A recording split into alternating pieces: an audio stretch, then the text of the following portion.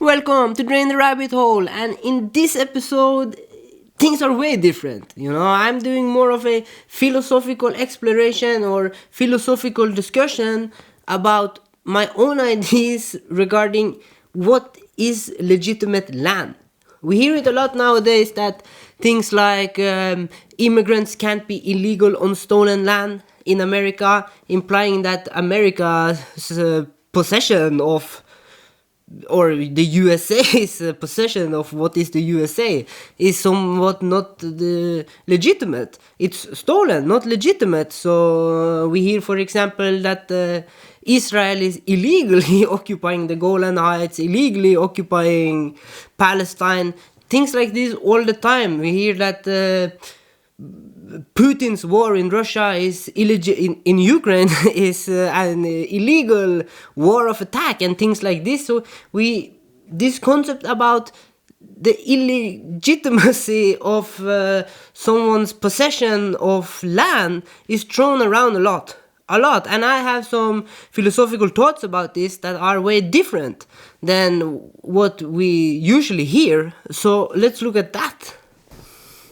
Now, so one of the most commonly heard arguments for why, for example, a war or an invasion or someone's occupancy of something is illegitimate is that it breaches like known UN treaties or charters or something like that. But I really can't get my head around this argument because what you are implying is that there is something holy, something real about this treaty or charter, which I don't think, because if you look throughout history, how many charters and agreements and truces and anything has there ever been, between different countries, different empires, different whatever, and they're not valid anymore, so a charter or something like that is only valid if you can enforce it. So there is no point saying that it's illegitimate for Israel to hold the Golan Heights if you can't enforce it. Then you need to go there and kick them out. If they have it, it seems quite legitimate to me, because if you can't measure it through agreements and these kinds of things, it has no value.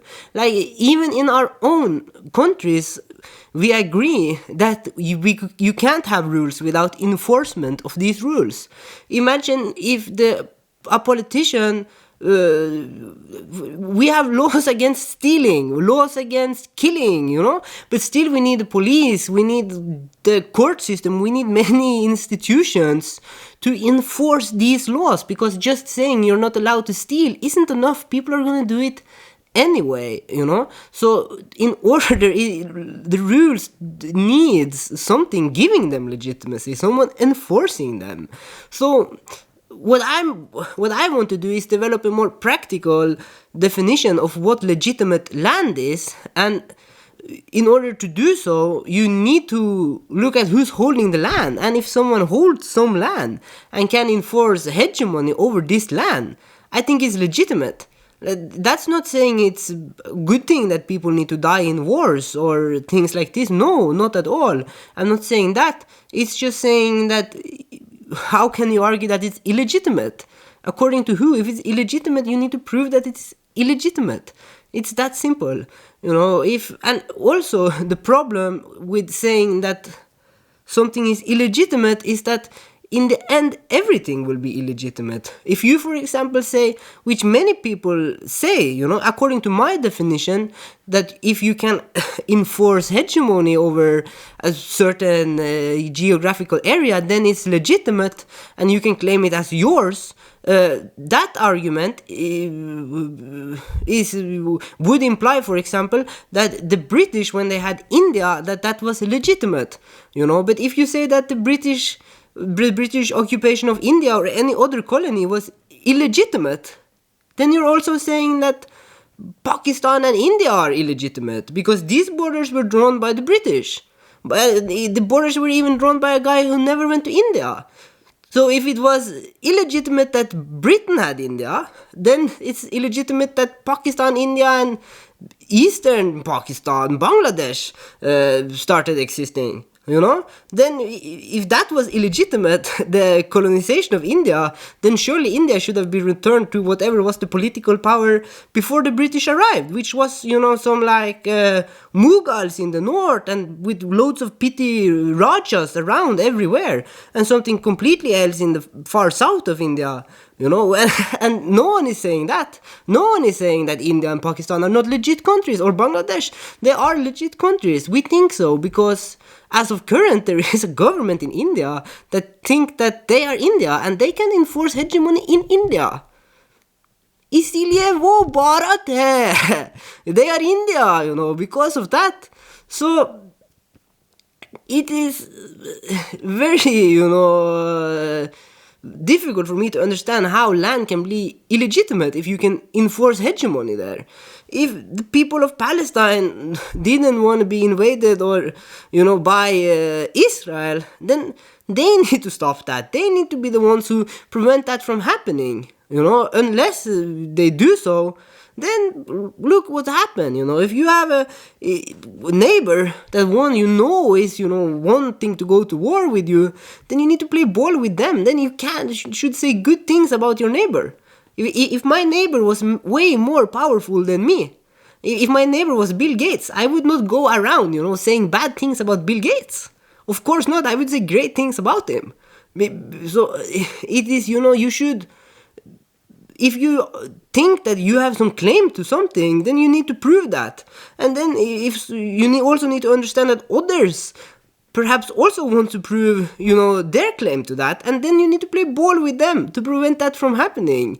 So I think, any war or any land acquired through war, I think it's legitimate.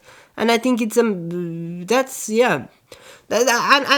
saying that it's not bad that people have to die in wars. Of course it is, but it doesn't mean that it's not legitimate, to claim that. Because another argument, which I think is very important here, is that if you are going to be a humanist, then you need to accept that there is good and bad in humanity, and you should take everything. If you want to worship humans, then you need to worship all sides of humans, in a sense, and I think I'm not religious in that sense, but I do think that this is a natural part of us humans, going to war, making war.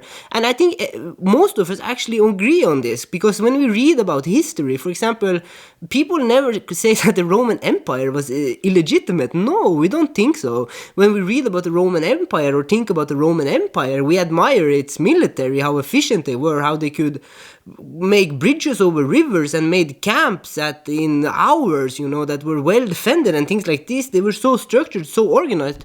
Their logistics, things like this, we admire them. So once we get far enough removed from something, we naturalize it and understand that this is a natural part of being humans and existing together. We go to wars, we start wars, we try to gain more land, and if we can enforce hegemony over that area of land, I think it's legitimate. So that's my opinion about this. I hope you enjoyed this video. It's luckily not a lot of people watch these videos, so people will not be so offended, because no one watches. So that's great for me. So thanks for watching. Please like and subscribe, and I will see you on another video. Yeah.